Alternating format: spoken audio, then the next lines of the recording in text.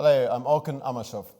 President-elect Donald Trump's announcement on plans to place a 25% tariff on all imports from Canada and Mexico, along with an additional 10% tariff on imports from China, has made many believe that he's now laying ground for a trade war with the country's largest trading partners. Let's hear from Attorney Waterman, based in Austin, Texas, on reactions to Trump's trade warnings. The backlash to Donald Trump's proposed 25% tariff on all goods coming from Mexico and Canada and an additional 10% tariff on Chinese goods has been fierce. The leaders of those countries saying the levies won't stem illegal migration and drug smuggling into the United States like the president-elect intends, and trade experts are warning they could instead slow economic growth, spur inflation, and kick off a global trade war. Mexico's president, Claudia Sheinbaum, has already said that her government could impose retaliatory tariffs, while China has hinted at the same, saying that both sides would come up losers. Combined, the three countries account for about 40% of U.S. trade. And on the home front, the tariffs would drive up prices for already cash-strapped U.S. consumers. About a third of the fruits and vegetables on grocery store shelves are imported from Mexico and Canada. And that's not even mentioning all of the appliances, furniture, toys, and electronics that are imported from China. Experts say this could cost Americans tens of billions of dollars a year, slowing consumption, which could then ripple out to export-driven economies that aren't even caught up in these tariffs.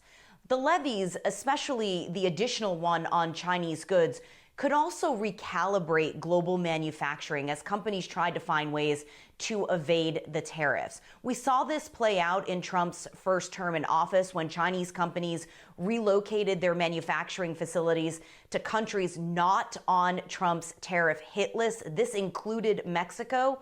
But really the broader concern is that these proposed levies on Mexico, Canada, and China, two countries of which are U.S. allies, could just be the start. Trump has repeatedly said that tariffs is his favorite word in the dictionary and has called for universal tariffs on all U.S. imports. If he were to follow through with his threats, experts say it could usher in a new era of trade protectionism across the world, where tariffs aren't a tool of trade, but of coercion and retaliation. Tony Waterman for AnewZ, Austin, Texas. Now let's have a listen to William Denslow reporting from Brussels on how Trump's latest announcement has been received in Europe.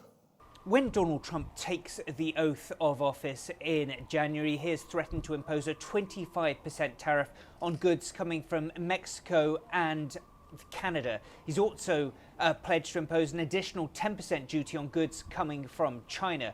And the notion of a more protectionist United States is being felt around the world, including here in Europe. French President Emmanuel Macron has warned that we're entering a world of trade wars. The former European Central Bank chief Mario Draghi has warned that the EU might be forced to pick sides should there be a trade war in the future between the US and China. When it comes to dealing with a more protectionist United States, well, the EU certainly has experience. It was back in 2018 during Donald Trump's first term in office that the US imposed a 25% duty on EU steel, 10% on aluminium. That was then frozen by the Biden administration, but that freeze is set to expire come March 2025. So just a couple of months into Donald Trump's tenure in his second term, there'll be a huge decision to make whether to bring those tariffs back into action. That is why Josep Borrell, the EU's top diplomat, is saying that the EU must take its destiny into its own hand. And the message is very clear from EU officials, braced with the possibility of a more isolationist United States administration. They say that is why it's imperative for the EU to show a sign of unity within the bloc. William Denslow for AnewZ, Brussels. Amidst the ongoing trading of airstrikes between Russia and Ukraine, following a period of intensifying rhetoric, the questions have been asked as to whether US supply of mines to Ukraine could exacerbate the global humanitarian crisis. Dasha Chernyshova reports from Moscow. The Russian Defense Ministry says its forces have taken control of the settlement of Novaya Ilyinka in the Donetsk region, making further gains and improving their combat positions. Moscow also accuses Ukrainian forces of attacking Zaporizhzhia nuclear power plant with drones and artillery. The MOD says there have been 6 drone attacks. No damage or casualties have been reported, but the local authorities say the Zaporizhzhia region was completely cut off grid due to the damage to the power line. Meanwhile, there has been a so-called combined attack against Crimea with 25 Ukrainian drones intercepted over the peninsula and the Black Sea on Wednesday morning. Sevastopol governor says no civilian objects were damaged. The Ministry of Defense confirmed 2 Ukrainian attacks where the US supplied ATACMS missiles against the Kursk region. They took place on the 23rd and the 25th of November. The Russian Investigative Committee has opened a criminal case over terrorism as one of these attacks killed 2 civilians, according to the authorities. The MOD says it was preparing a response. Russian Foreign Minister Sergei Lavrov said he believed the conflict in Ukraine was very far from a political or diplomatic settlement. He said that the missile strikes deep inside Russia's territory were an escalatory step, but that would made a response. Russian officials have also condemned the possible supplies of landmines to Ukraine, saying that was yet another step towards escalation. Russian Deputy Foreign Minister Sergei Ryabkov said on Wednesday that Russia does not believe that the time for negotiations has passed, but noted that stronger means are now important for Moscow's point of view to be heard. He said that the use of new Oreshnik intermediate-range ballistic missile against Ukraine was needed. He stressed that the West has what he called a very dangerous illusion that Russia could be defeated, reminding that Russia is a nuclear power. Dasha Chernysova in Moscow for AnewZ. Now let's listen to Giles Gibson reporting from Rome, where leaders of the G7 group of countries insisted that their support for Ukraine will never waver. G7 foreign ministers have wrapped up their 2-day meeting here in Italy, and their final statement contains some strong statements when it comes to both Russia and Ukraine. They have condemned what they describe as Russia's irresponsible and threatening nuclear rhetoric. They've also said that Moscow's decision to use an intermediate-range ballistic missile earlier this month was reckless and escalatory. They've criticised what they see as the growing partnership in military terms between North Korea and Russia, and they've said that their support for Ukraine remains unwavering. However, this was the final meeting, in person at least, of the G7 before US President-elect Donald Trump takes office in January, and there are now fears that in the months and the years to come, US support to Ukraine could indeed start to waver. Some assistance from the US and its G7 allies is pretty much guaranteed. We have in this final statement the G7 saying that $50 billion of loans that were agreed at the Leaders' Summit earlier this year will start to be distributed by the end of 2024. Those loans backed up by frozen Russian assets in the West. So the belief is that the Trump administration is not going to try to unpick that agreement that was done at the G7 level. As his time in office has started to tick down, we've also seen the US President Joe Biden crossing lines that he wasn't prepared to cross in the past, so allowing Ukraine to use long-range missiles to strike targets inside Russia, as well as issuing anti-personnel mines to the Ukrainian military. But once Donald Trump takes office, what we don't expect to see is these sorts of large packages of support passed by Congress running into the billions of dollars that we've seen on a regular basis during the Biden administration. Giles Gibson for AnewZ in Rome. Earlier, we also spoke to Mitch McCain from New York on the escalating tensions between Moscow and the West. Russia is rejecting any thought of freezing the war in Ukraine, according to new reporting. The Ukrainian newspaper The Kiev Post reports that the director of Russia's Foreign Intelligence Service believes that Western nations are calling for a freeze because, quote, they recognise that Russia is winning on all fronts. Russia also says it's expelling a British diplomat after accusing the country of espionage. The UK government, however, denied allegations of spying, saying in a statement, to be clear, we refute these allegations. They are baseless. We're now considering our response. This is not the first time that Putin's government has made malicious, baseless accusations against our staff, it said. Meanwhile, it's been reported that the Ukrainian Defence Ministry is investigating after 100,000 defective mortar shells had to be removed from the front line of the war. Soldiers began to report in November that the shells weren't working, and Ukraine's government says early findings pointed to poor quality powder charges or violations of storage requirements. It comes a day after the United States agreed to give Ukraine anti-personnel mines as Russian forces make headway in Ukraine's east. Following the announcement, Ukraine said it was committed to not using the mines in densely populated areas.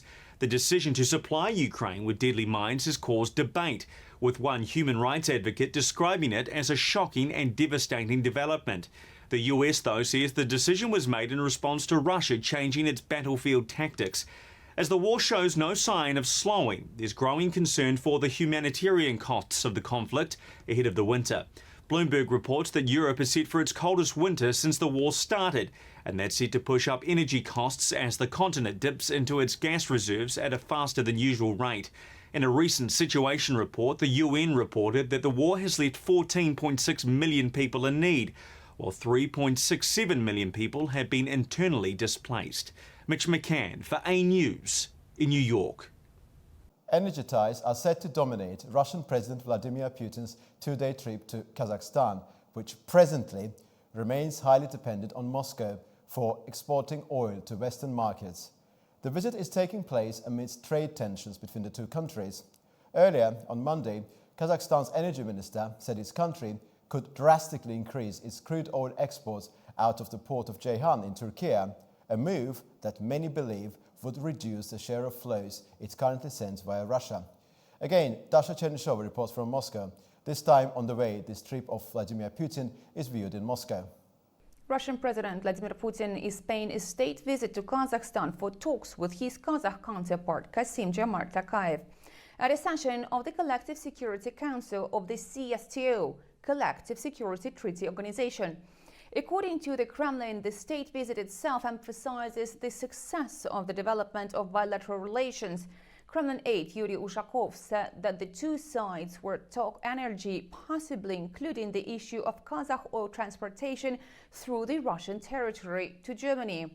In a special piece for Kazakhstanskaya Pravda Daily, Putin said Moscow and Astana are engaged in constructive cooperation in the oil and gas sector, with more than 80% of Kazakhstan's exports passing through the Russian territory. Putin said energy companies from both countries are jointly developing hydrocarbon deposits, processing energy resources, and expanding their pipeline systems. Putin said Russia is one of Kazakhstan's largest economic partners and stressed Moscow is ready for new large-scale projects with Kazakhstan. He noted that Rosatom provides practical assistance with the implementation of nuclear fuel cycle projects and the development of Kazakhstan's uranium industry. Moscow says there are a number of promising industry projects and initiatives in various areas of bilateral cooperation. And Putin stressed the ongoing work to expand the eastern part of the international north-south transport corridor. The Russian president also underlined the creation of a space rocket complex at the Baikonur Cosmodrome using Russia's Soyuz 5 rocket carrier. The Kremlin said mutual trade reached $20.6 billion in the first 9 months of 2024, against a record of $28.4 billion in 2023. The Kremlin also said Russia is one of largest investors into Kazakhstan, with about $13 billion in capital investments. Moscow also notes close positions of Russia and Kazakhstan on strengthening global security architecture.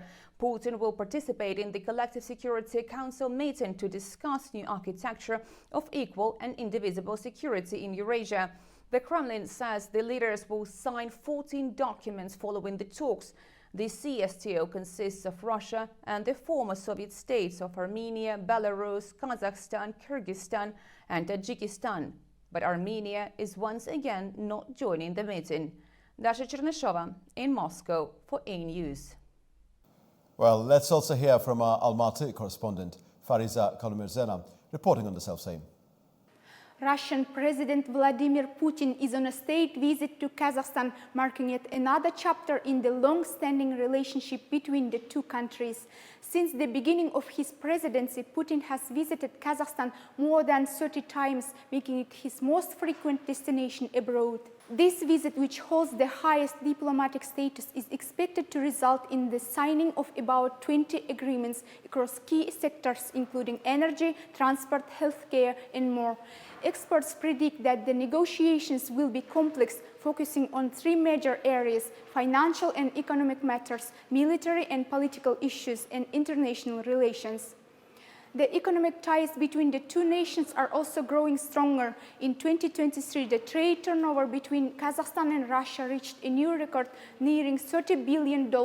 And in the first 9 months of this year, alone trade has already hit $20 billion. The number of Russian companies operating in Kazakhstan has also rose in recent years, with nearly half of all foreign companies in Kazakhstan now coming from Russia. Russia's presence in the energy sector is particularly prominent. Last year, Moscow and Astana signed a $6 billion agreement under which Russia will build coal-fired power plants in 3 cities of Kazakhstan. President Putin has also offered Kazakhstan the opportunity to not only act as a transit hub, but also to purchase Russian natural gas. However, Kazakhstan's position on the ongoing conflict in Ukraine remains neutral. The country hasn't recognized Russia's annexation of Ukrainian territories and continues to maintain a multi-vector foreign policy. Kazakhstan balances its relation with Russia, China, and other global partners and continues to export much of its oil to Europe via Russian territory. Both leaders will take part in the 20th Forum of Inter-Regional Cooperation between Kazakhstan and Russia, and tomorrow Kazakhstan will host the summit of the Collective Security Treaty Organization, chaired by President Tokayev. It was Fariza Kalimurzina from Almaty, AnewZ. Also earlier I spoke to Nurbulat Nushambayev, political analyst at Tehran University, based in Kazakhstan. Let's have a listen to him as well. Russian President Vladimir Putin's 2 days trip to Kazakhstan has been supposed to start. This event for the wider region is very important, not only in Kazakhstan, but for Central Asia, also for the global politics as well. For 2 reasons, I would like to outline two reasons. The first one is this situation: the president's state visit is taking place in the period of escalation, the conflicts between the West and Russia. So in the last 3 years, Central Asia, including Kazakhstan, has been trying to keep multi-vector foreign policy, which is based on the balance of powers, keeping at least neutral from those conflicting parties. But this time, I think it will be very important in terms of security. Kazakhstan this year has been chairmanship for the Security Treaty Organization 2024. Also, on Thursday is supposed to help this year's meeting. So, in general, Vladimir Putin's state visit to Kazakhstan has been quite often in the last 3 years. One of the reasons is Kazakhstan, the Central Asia, has become one of the most important vectors of the foreign policy of Russia. Since starting the full-scale war against Ukraine, many Russian companies, they relocated to the Kazakhstan. So economic relations between Kazakhstan and Russia has been increased for around $23 billion per year. So it says at one point Russia is becoming dependent to the Central Asian states in terms of logistics, in terms of a wider sense. Amid the state visit, Russian president published an article in Kazakhstani newspaper, as well as president of Kazakhstan published an article in Russian newspaper. What we have got from this paper, the summit will be decisively important for 3 areas. The one is logistics and the energy sector.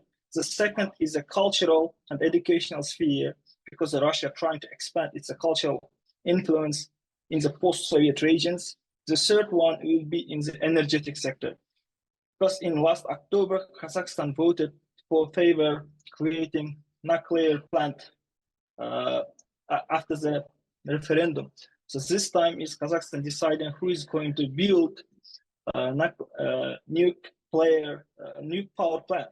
So therefore, for security and educational aspect for the trade logistics sphere will be very important this event, I think.